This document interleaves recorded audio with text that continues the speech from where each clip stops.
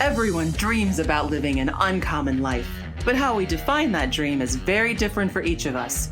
And for most, it's a lifelong pursuit. Welcome to the Uncommon Life Project podcast. We're going to introduce you to people who are living that life or enjoying the journey to get there. We're going to also give you some tools, tricks, and tips for starting or accelerating your own efforts to live an uncommon life, a life worth celebrating and savoring. Please welcome your hosts, Brian Dewhurst and Philip Ramsey. Hello and welcome everybody to another episode of the Uncommon Life Project, where I'm your host, Philip Ramsey. And I am Brian Dewhurst. And in this show, we try to give you tips, tricks, and I would say exciting opportunities that you can jump into, but they all stem from one person, and that's you.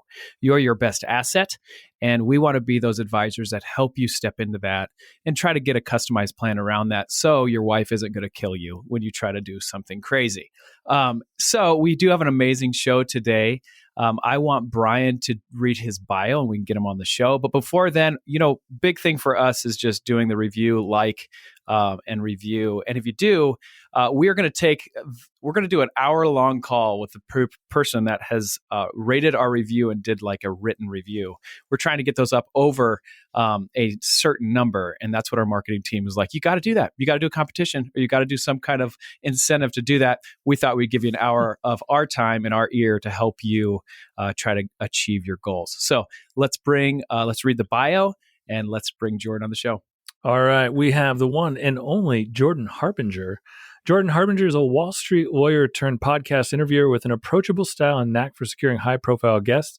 His show, The Jordan Harbinger Show, was selected as part of Apple's Best of 2018.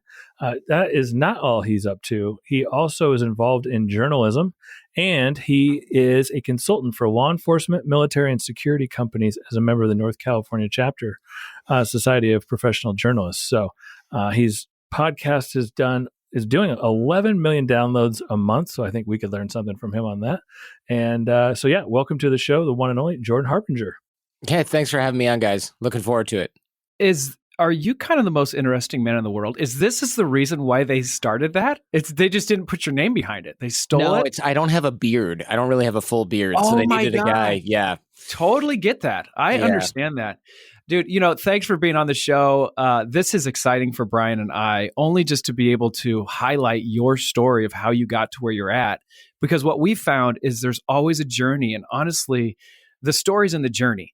And if we can encourage one or two people just to go on this uncommon path, as we call it, we have done our job. So how in the world did you get to where you're at with 11 million downloads a month on your podcast? Where were you? Did you ever think you were going to be here? Man, I look up to you, brother. Well, thank you. No, honestly, this started off as a hobby.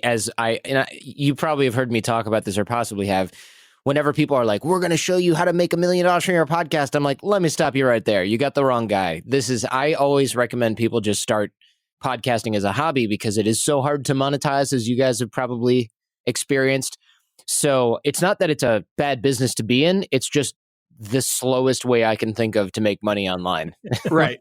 Not everyone's going to be a professional athlete in grade school. Right. It's the Roth IRA of online businesses. Thank you. Yes. Thank you. I love it.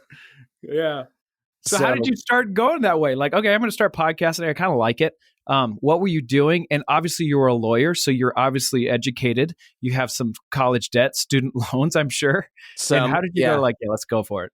So in law school, I was teaching a networking class, and I decided that I was going to learn networking because I had done an internship on Wall Street where I later got a job, and everybody was like really smart and really hardworking. And I was like, oh crap, there go both of my competitive advantages, because I'm like pretty hard worker, but of average or slightly above average intelligence, depending on the test you're looking at, the standardized test you're looking at.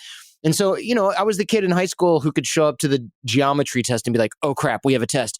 Rodney, show me your homework. Oh, I remember how to do this. Okay, take the test, get a B+, barely survive, kind of live with it, do okay. Then I got to college and everyone could do that. But I was like, but they're drinking 7 days a week, right? So if I just, if I limit my drinking to a mere 3 to 4 nights a week, I can study and get things done and still graduate in the top, half of the class or whatever. And then I got to Wall Street and it was like, here's all the kids that could drink 7 nights a week and still just show up to the test and still get A's. And I was like, I'm in trouble. And or they worked, 20 hours a day and still managed to do everything. And I thought, like, I don't have the ability to kind of go toe to toe with these people on the same terms as they do. I can't. So what I ended up doing was quickly realizing that I needed a new competitive advantage. And so I started to learn networking in an effort to try and bring in business to the firm, right? To try and bring in clients. And started teaching that, ended up teaching dating because more people were interested in that. And networking and dating are basically like the same. They're like two sides of the same coin. It's like sales to sell an item, sales to sell a relationship, sales to sell yourself, right? It's like the same thing. So I ended up working pretty hard at learning the networking, teaching the dating stuff. And then, only women cared initially. And I was teaching women. And then guys were like, why are you here with 12 women every night? What's your secret? Or, 4 nights a week or whatever. And I was like, I'm teaching this dating class. And they're like, I want in. So I started burning CDs with my talks because guys would show up, new guys would show up and ask the same questions, every day. And I was like, go listen to these CDs and then come back. And you'll be caught up. And people kept keeping the CDs. So I started charging $5, and then people kept keeping the CDs. So I started selling selling them for $20. And then people were like, oh, it's $20 each. All right, I need 8. And I'm like, no, it's not a product, man. I just want my CDs back. So I don't spend every evening burning CDs instead of studying for the bar exam. And then I realized I was onto something, and I kept complaining to my friends, like, I just need a place to put MP3 files online, and there was just no way to do it. Imagine this is 2006 and you're like, if only there was a way to put a sound file on the internet. And everyone's like, yeah, there just isn't, man. Sorry. Yes. What in the world? Yeah. So then podcasting came about, and my friend goes, hey, there's this new thing where you can record an MP3 and put it on a server, and then you point to it in this feed, and you give the feed to Apple, and then people with iPods can download it or play it from iTunes. And everyone in law school had iTunes. So I thought, this is a great way for me to distribute these talks without burning them to CD. Great. So I started it, and then pretty soon, rather than getting 24 downloads from Ann Arbor, Michigan, I was getting 800 downloads from Germany and Canada and South Africa and New York and California. And I just remember saying into the next few files, who is listening to this that is not somebody that we met at a bar in Ann Arbor? And people were like, yeah, I'm a warden at a game park in South Africa. Yeah, I'm a student in Germany. Hey, I'm an investment banker in California. Do you do consulting? And I was like, this is weird. There's real money out there, Right. And there's a real niche and a need for this, and no one is doing this, and so I started doing it because I thought, this is so fun, and there's no way I'm going to get caught by HR. It's not Facebook where that wasn't even barely a thing, but people were like, hey, if you have keg stand pictures on Facebook, don't put them up there because HR may log in to Facebook and look at you. Yeah. Right. Yeah. And they were like, it's probably never going to happen. And nobody in HR even knows what Facebook is. And they don't have accounts because unless they went to a school that has Facebook. Because remember, Facebook used to be limited to like Yale, Harvard, Michigan, Virginia, whatever, the handful of schools. Yeah. But it was a kind of a concern. And people were starting to talk about things like posting things online that were bad and making your website, blogging. That was a thing. They're like, don't put your sexploits in the blog because your name could be attached to that. And I was like, no one's ever going to find this audio file, right? Yeah. And it's not going to be a big deal. Well, I started my Wall Street job, worked there for a while, and then I got picked up by Sirius XM satellite radio, and I was doing my show live on Friday nights. So every Friday I'd say like, hey guys, I've got to go do something, try and cover for me. And then my office mates started to listen, and they started to call in, and then the partners found out. And instead of getting fired, they were like, this is hilarious that you do this drive time talk advice show in Midtown, and then you get back on the train and head back to the office. And they loved it. They thought it was really, really cool. So I kind of got lucky there. But the podcast started to take off because I just kept doing it for a while. And the dating niche was like a real kind of popular thing at the time. And then the rise of these pickup artist guys started to really kind of counterbalance what I was doing. Because my advice was like, be yourself, and here's the best way to be yourself. And here's all these scientists and experts talking about great ways to build your interpersonal skills. And then these pickup guys were like, lie to her about having a Ferrari, right? Right. And so like smart people. Yeah, it was sleazy. But like smart people went, hey, this Jordan guy is talking about being a normal human. I want more of this. So we really carved out a niche. And then eventually, as one does, I started to meet higher quality women and grow up and got married and had a kid. And at some point early on in the relationship with my now wife, probably even before that, I was doing things like reading the 48 Laws of Power by Robert Greene and Mastery and, reading real books that aren't just about dragons. Not that, well, I shouldn't say that. Dragon books, Not that dragons are bad, right? But Yeah, I started reading books that adults read, like that are more in line with human behavior, and I didn't even know existed. Mm-hmm. And I went, oh my God, the books aren't just legal cases, like there's more to life. And I started reading for pleasure, and I was like, I want to talk about these things on the podcast and see if anyone cares. And that's when things exploded because people went, oh, this isn't just a podcast full of dumb guy Welcome stuff, and and they were like, oh, I also read this. Hey, have you heard about this? Have you heard about that? And so I really expanded the show. And that's when people were like, I like this. I'm going to do more with this Jordan guy. And my business just started to really take off. And that was when I realized, oh my gosh, I have a personal brand. Because I started saying things like, hey, I'm going to North Korea on a vacation. Don't suppose y'all care about that, but here's a podcast about it. And it would be like, thousands of people would be like, this is the best episode you've done. It's so interesting. Wow. Can I go with you next time? So I that's when I started to realize that like personal brand, the personal brand was a thing. Nobody was talking about it in 2000 and I don't know, at that point, 2007 or, 8 or 9, whatever it was, but it started to become a thing. And I started to really realize the power of it. And I focused on podcasting. I didn't go and become an influencer on Instagram or do YouTube or anything like that. And I think that had it had its pros and cons. Right. How did you make the switch? At some point you had this job. And when did you like, I'm crossing over the dark side. I'm heading my own way. Yeah. That's funny because people go like, oh, how do I know when to, or how did you know when to like kind of make the jump, I guess you'd call it, right? And candidly, that decision gets made for you pretty quick. What happened was it was 2007, 2008.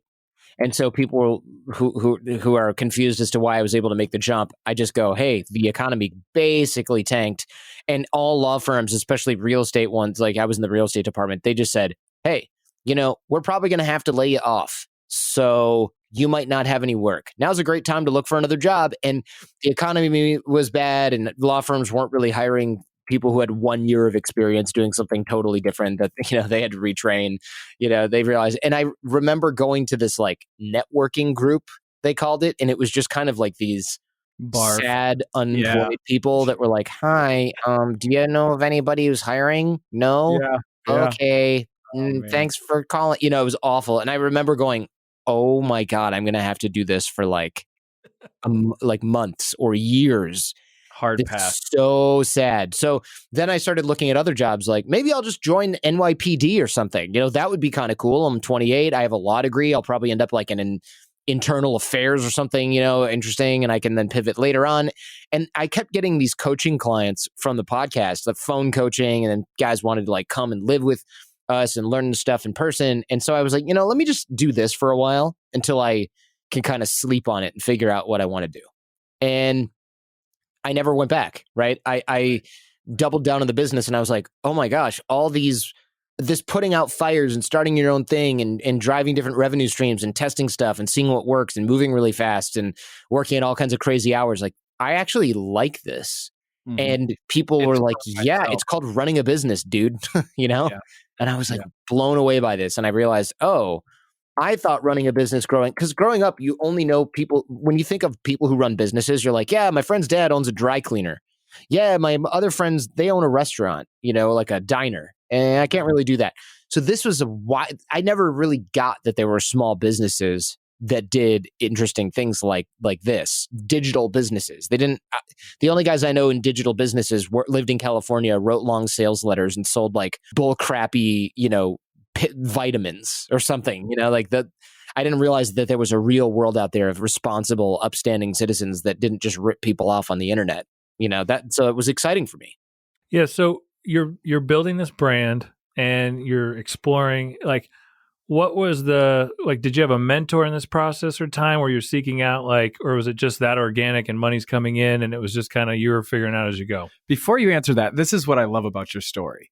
Like at the end of the day, there's just not a lot of people out there that will help you walk down this path that you took. At the end of the day, it was kind of like you with a jackknife in a jungle trying to forge your way.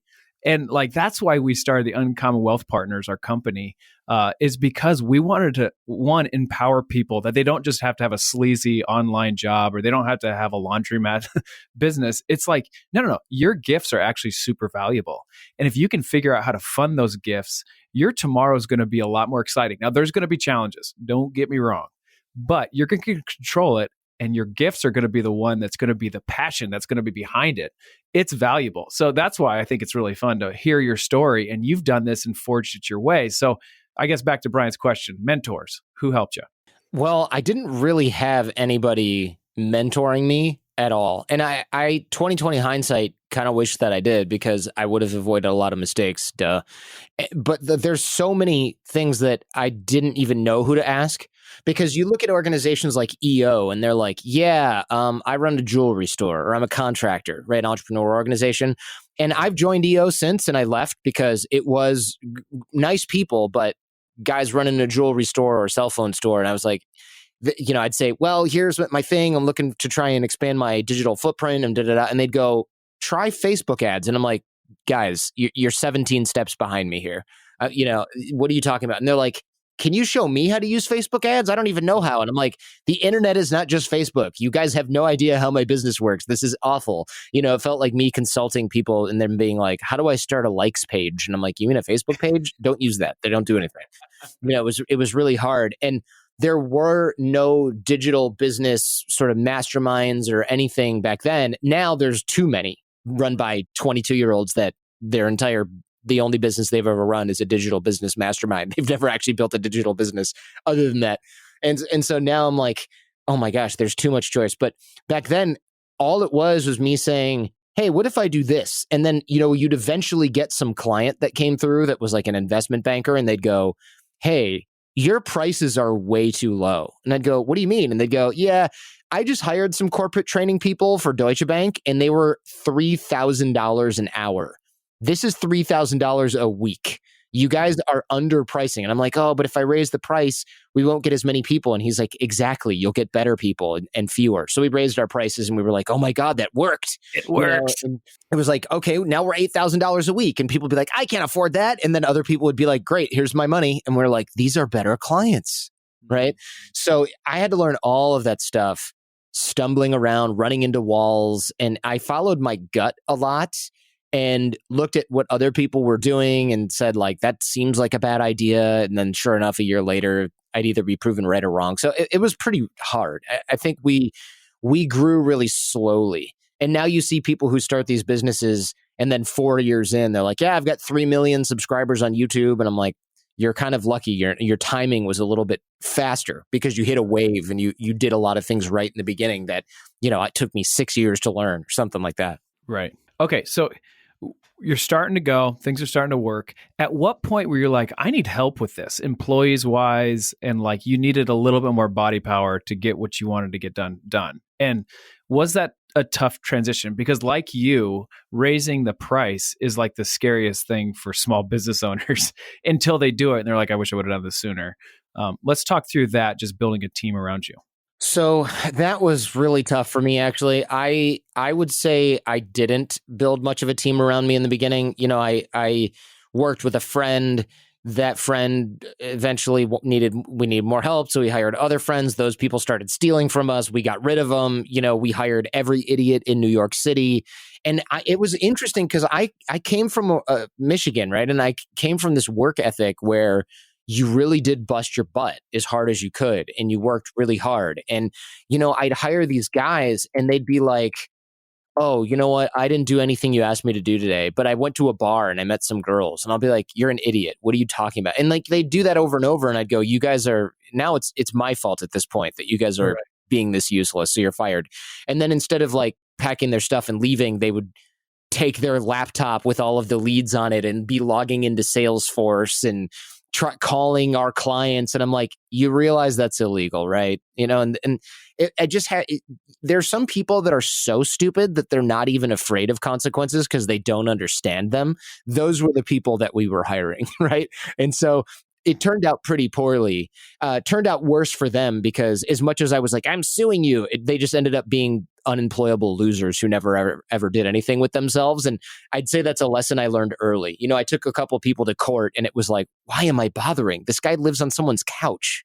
Like, what do I get if I win this? Nothing, And so I started to learn how to hire because I started to realize why. I used to think like, oh, they're overpaying everyone. Look, we can get all these people to work for cheap.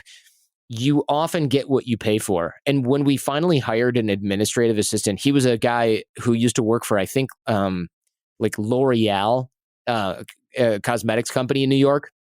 And he was really, really a smart guy. And he goes, you guys have a real business.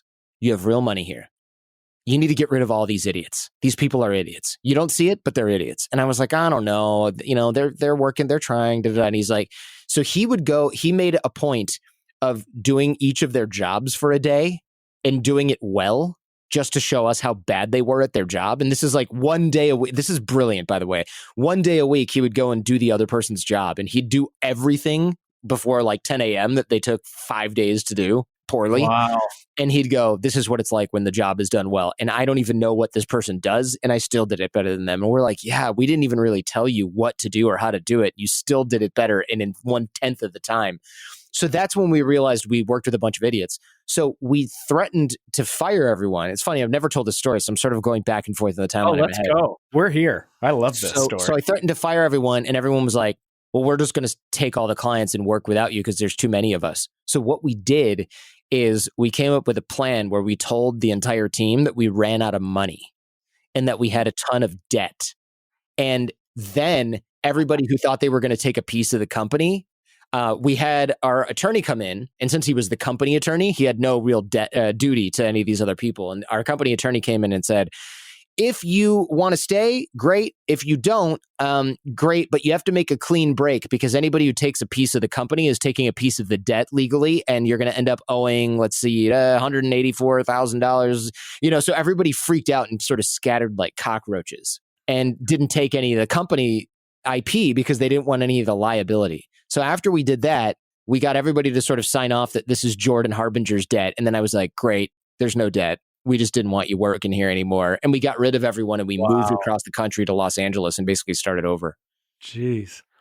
That's interesting. I think it's so hard to just start all over once you have created something. So like hard. You just hang on to it. And how really easy it can be. And how much you've learned in the past. I love it. Here's what I love about your story. You know your gifts. You know what you suck at. Does that make sense? When you were in Wall Street, you were looking around like, uh-oh, we got a problem here. And it didn't intimidate you. It just said, I got to do this different. And to be able to pivot there, I don't know if that's the right word to use. I'm kind of triggered in 2020 to say pivot, but here we're at. But to be able to take your gifts and say, I got to do this a little differently, surrounding yourself with people to help you that way and now execute on it. What an amazing value and core value that you have in your life to be able to do that, not only for yourself, but other people that are your followers or like, hey, just speak into it. It's always scary when you just don't know the future. But if you take a step forward, hey, it might not be that scary. And it might actually be the best thing that has ever happened to you. Yeah, I think that's true. It is scary. And a lot of people stay in bad businesses or bad relationships or whatever it is, even though they should leave because it's sort of like better the devil you know than the devil you don't know. So they're like, they'll stay in some business with these, like my old business, I stayed in with these two partners that were lazy, incompetent, selfish, stifled every attempt at innovating anywhere. And I stayed in it for a while. And the reason I stayed in it was because I was like, well, I can't just start over. And then eventually things got so bad that I basically said, look, I've got to split. We've got to split. They didn't honor our negotiated split agreement. which actually turned out. So I had to start from zero again, but it turned out to be the best thing ever because our split agreement would have had us sharing leads and costs. And then COVID hit and it was a live events business. So it was like, Right. I would have just been totally sinking. Since they didn't honor it, I had to start over, but that was a couple of years ago. So I had some forward momentum and some stability, and they were losing momentum and stability. And then COVID hits, and I'm just like, you guys are totally screwed.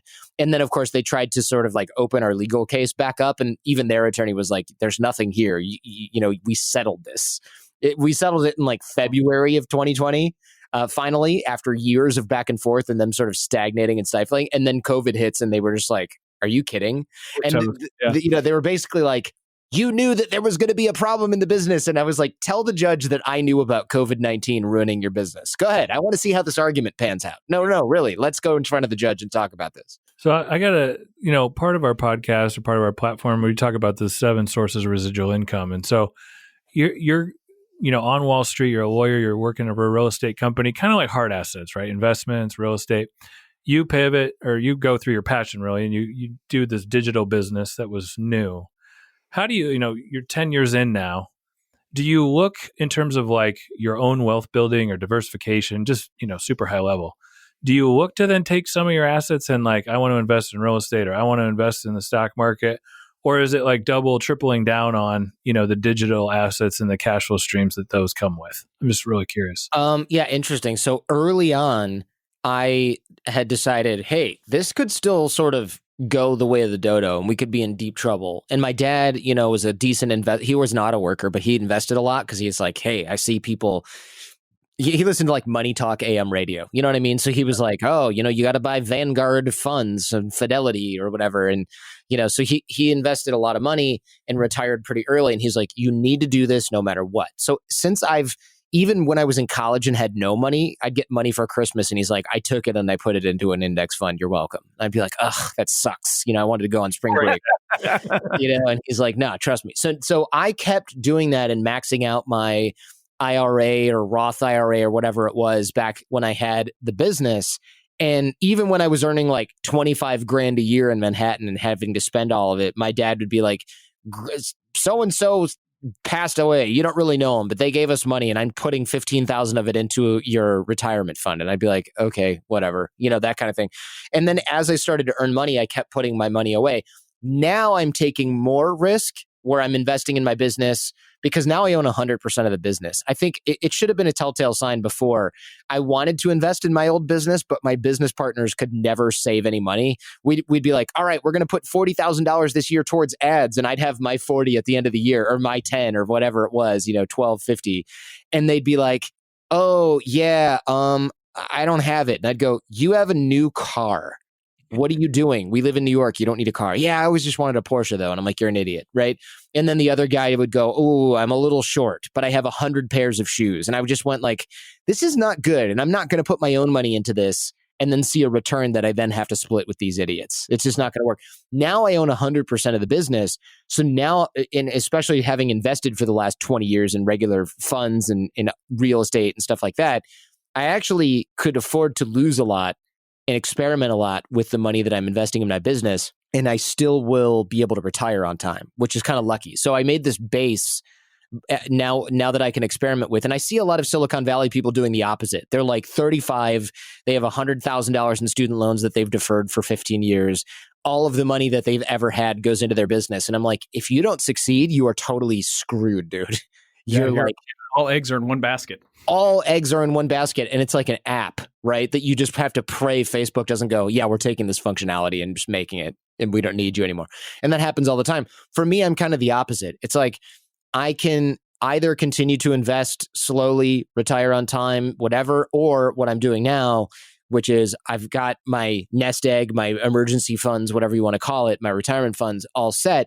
So instead of taking 100 grand a year and putting it in there, I'm taking that same 100 grand and putting it in my business and then watching those returns in the from my business be higher than what I would get from a retirement account, at least in the short term, right? Mm-hmm. Ignoring compound interest and stuff, I'm getting a higher than, let's say, 8% return by reinvesting in the business. And I figure I'll do that for a few years until my appetite for risk sort of settles down again. So I'm 40. I probably have like another decade or slightly less where I can be like, not reckless, but invest heavily in the business. And then eventually when I hit like 50, I'll go, hey, I can't really afford to maybe lose huge amounts of this money if something goes wrong. So now I have to sort of put more money into safer vehicles. And don't get me wrong, I'm still putting 5 figures or possibly close to 6, because I think of the way my CPA has things set up. I can only do like X amount of profit sharing before it starts to be more expensive. I don't, you guys know that more than I do, but I'm still putting, like 70, 100 and some $1,000 into like the equities market. So Tesla stock and index funds. I don't know how specific you want me to get, but like tech stocks and index funds. Let me ask you this, like, because we can go in the weeds and I'm not the weeds guy. Brian's the weeds guy. He's probably loving this conversation. And I do. But like, let's just say, like, what are you going to do when you retire?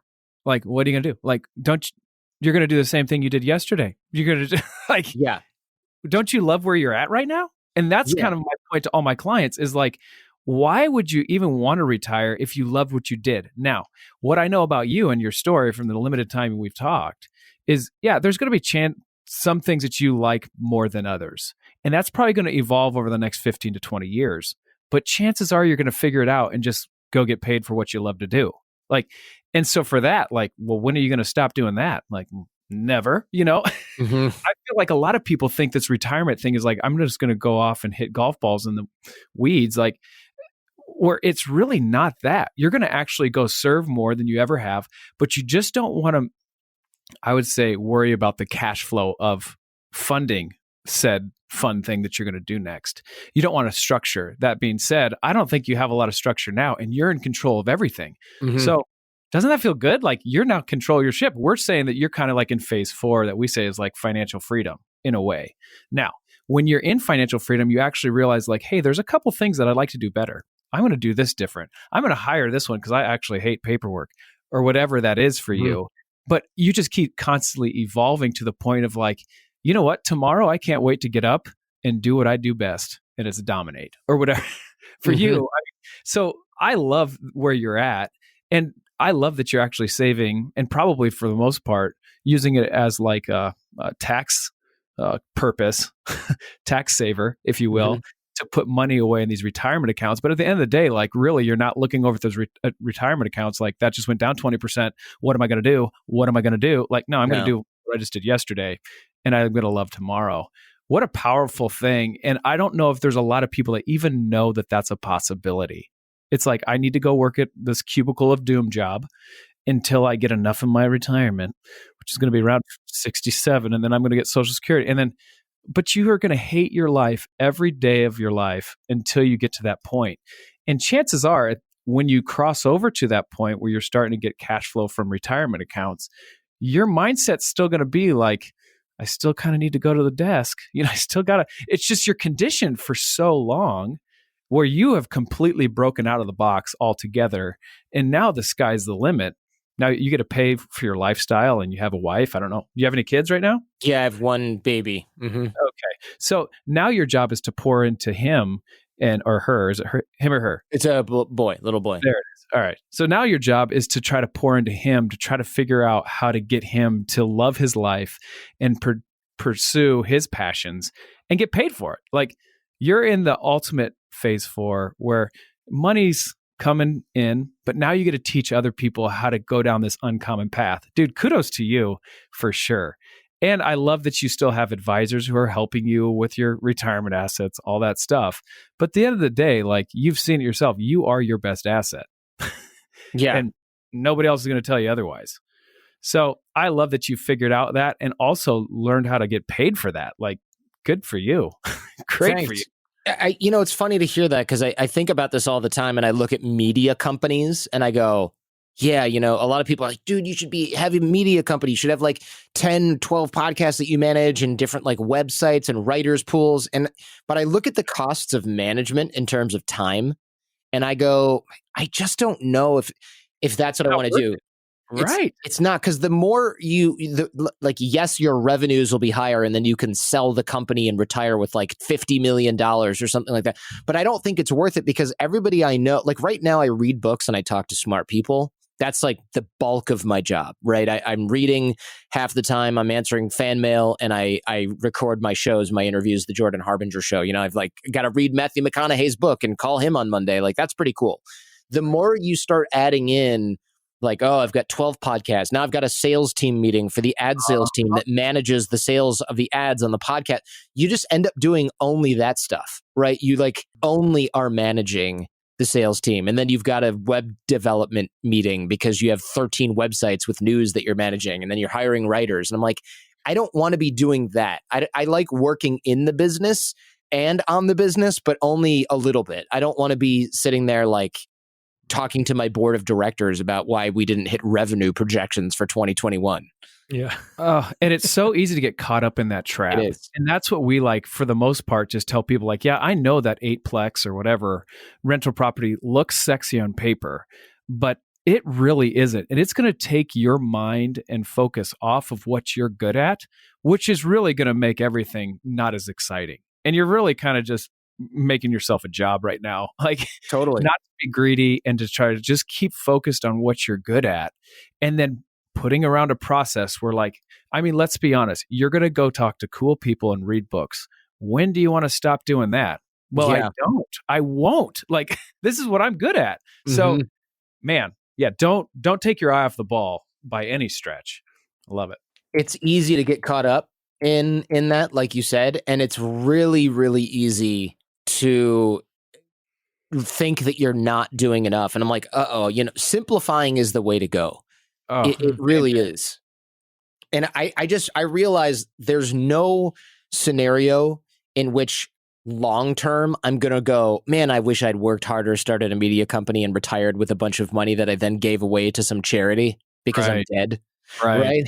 Like, I'm going to go, hey, wasn't it cool that I could take a month off every year and go with my kids on really long vacations and not have frickin' Zoom calls the whole time? Oh my gosh. Makes me want to barf in my mouth. Right. When you think about it too, is like entertainers and, looking over some of the people you've had on your show, they get paid, they work very little, probably practice a lot, but when they're actually working, they're making the most amount of money, like Kobe or Matthew McConaughey, those types of people. And so how are you staying in that sweet spot, like conversations with your wife or whatever? Like, how do you continue to just hone that craft? Like, what's practice to you? I think I look for things that I enjoy that also make sense that I can monetize in some way, or even maybe can monetize. So right now I'm spending a lot on podcast advertising, where I advertise the Jordan Harbinger Show on other podcasts. And people go, yeah, we tried to crack that. It's really tough to figure out. And I go, well, what are you doing for your suite of podcasts or your network of podcasts? And they're like, so what we did is we hired somebody for TikTok, we hired somebody for Instagram, we hired somebody for Twitter, we hired somebody for Facebook, we hired somebody for, all these different things.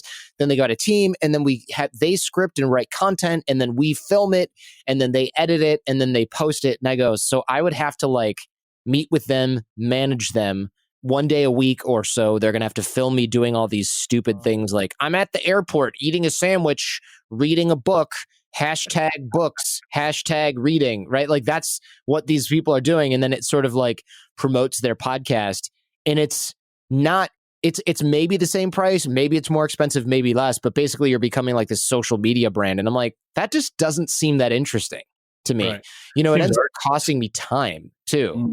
And I'm like, nah. So I'm paying more to grow my show than I would possibly, or, maybe I'm paying the same, but I'm like, it doesn't really take that much time, because all I do is call an ad agency and I'm like, yeah, I want to spend $1 million next year on ads. And they're like, here's a bunch of shows we think might work. And then we test them. And if they work, we renew. And if they don't, then they don't. And I've since started doing that myself, but I think it's because I think it's fun. So there's no agency anymore, but like, it just seems to me like this is, people go, oh man, but if something happens to your podcast, you're not going to have any other channels. I'm like, if something happens to my podcast, one, I don't think that, what would happen to my podcast? I'm not Alex Jones. I'm not talking about, conspiracy theories. And if something happens, then I'll retire, because I don't think I want to be like a TikToker instead. Right. That was never the So- motivation in the first place. No, like I wouldn't just go and do a bunch of, I don't want to be an email marketer, and no offense to anybody who like markets things via email, but I didn't get into this because I wanted to make money and be on a beach. I got into this because I liked reading books and talking to smart people. And that's literally what I'm doing. And I try not to like overcomplicate my life such that I'm doing less of that and more of something else. You know, I try and sit there, to your earlier question, I try and sit there and take stock like at least once a year. We have a big meeting, but occasionally, and probably not as often as I should, maybe every month, I'll go, what have I done this month that was like annoying, that I just didn't like and that I should do less of?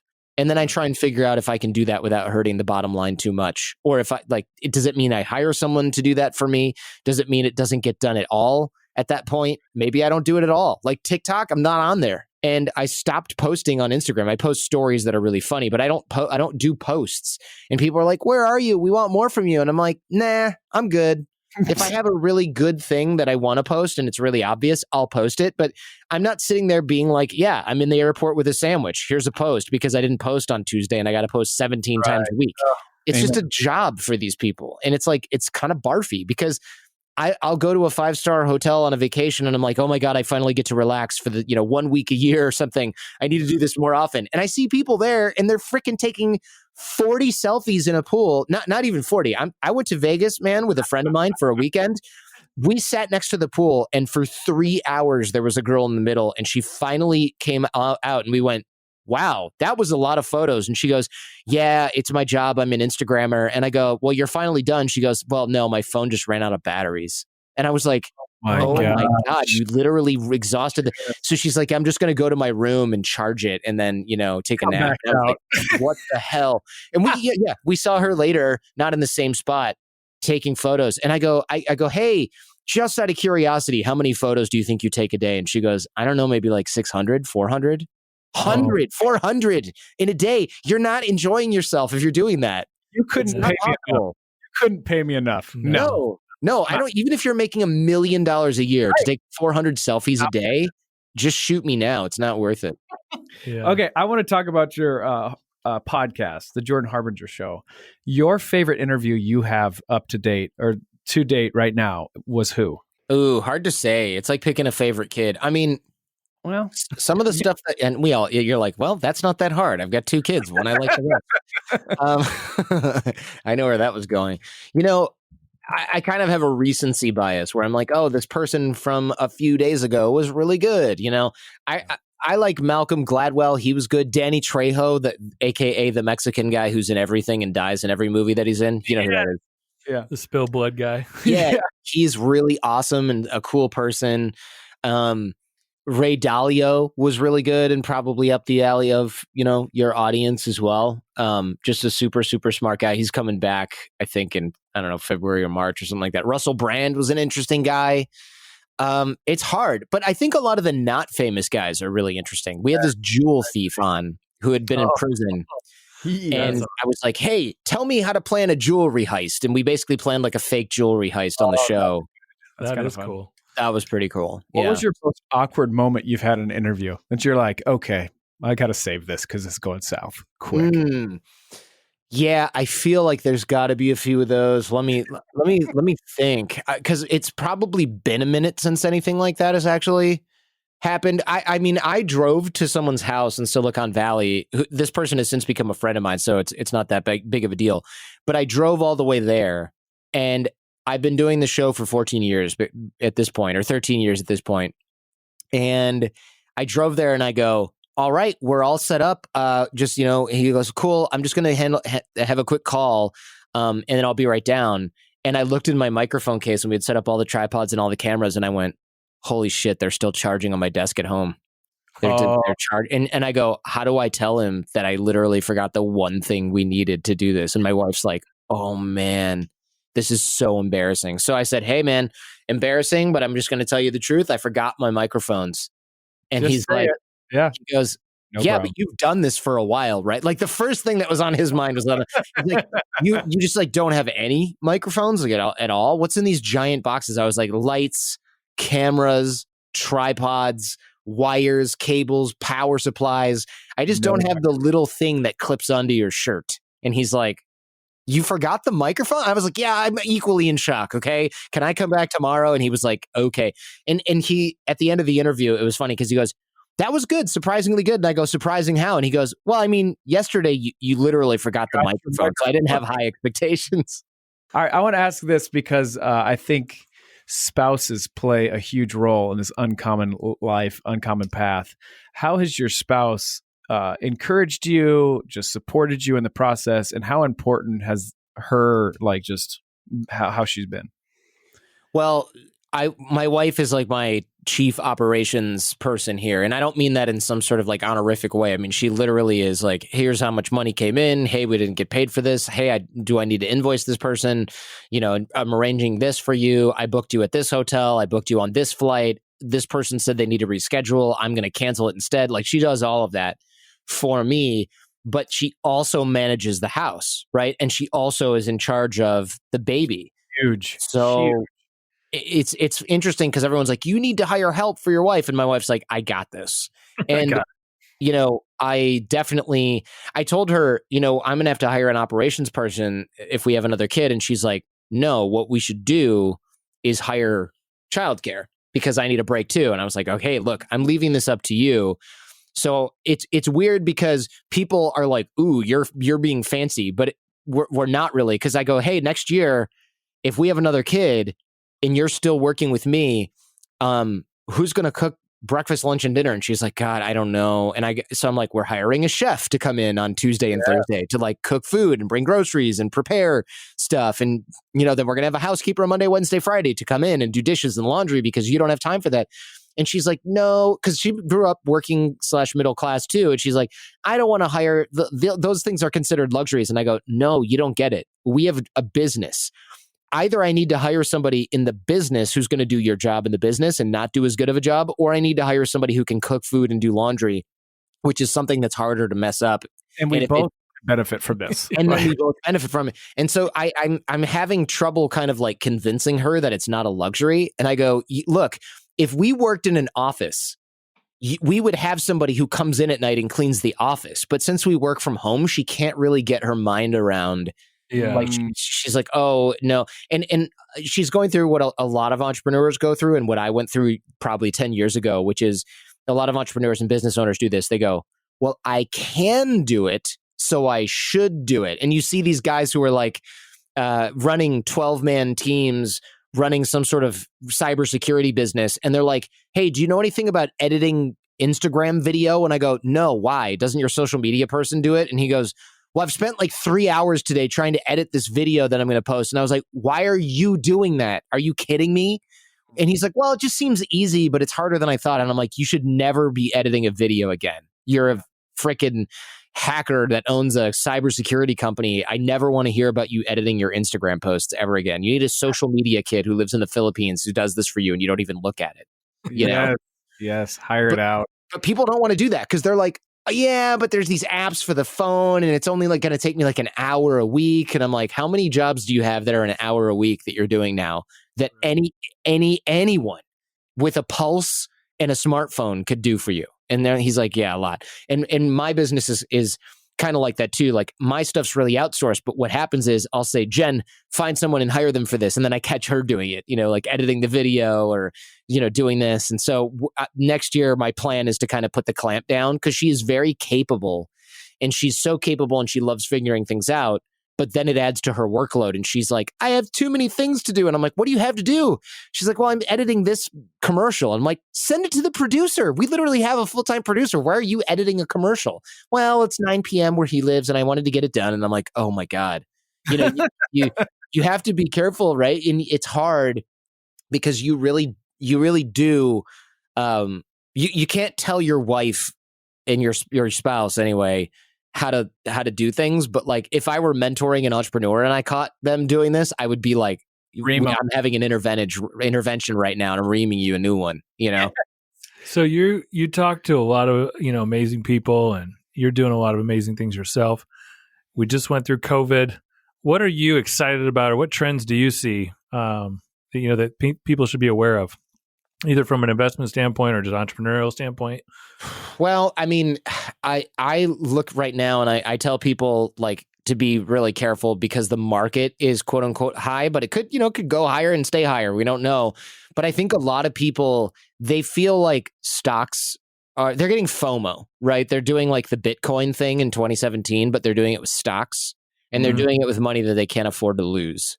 So I see people doing kind of crazy stuff to get into like Tesla now. And I'm like, hey, look, go ahead. By all means, throw some money in on Tesla. But I see people doing crazy stuff, like liquidating real estate or liquidating their IRA and paying tax penalties to buy securities that could go down tomorrow. And that is a huge problem. And I want people to get comfortable with FOMO because in business, you have more FOMO in every single niche. And I think for a lot of people that don't have their own business, you get FOMO mostly with things like the stock market because that's like one of the areas where you can control things or you think you can because you can move your money around. Right. And, I see opportunity now for people to grow, of course, their digital footprint in their business. Pivoting to digital has been great for a lot of people. Not even a year ago now, I guess like 8 to 9, 10 months ago now, I had friends calling me in absolute panic who owned like huge chains of gyms across North America. And they were like, we're so screwed. I'm so screwed. I have to fire people. I can't believe it. My life is over. And I was like, you need to do online fitness training. And they're just like, I don't know, man. I have no experience with this. Fast forward to right now, and they've got custom online fitness training software, and they've done over 60,000 hours of online fitness training, and they're the biggest online fitness trainer in Canada. And I'm like, how's this going? And they're like, yeah, we're thinking about just doing online training only.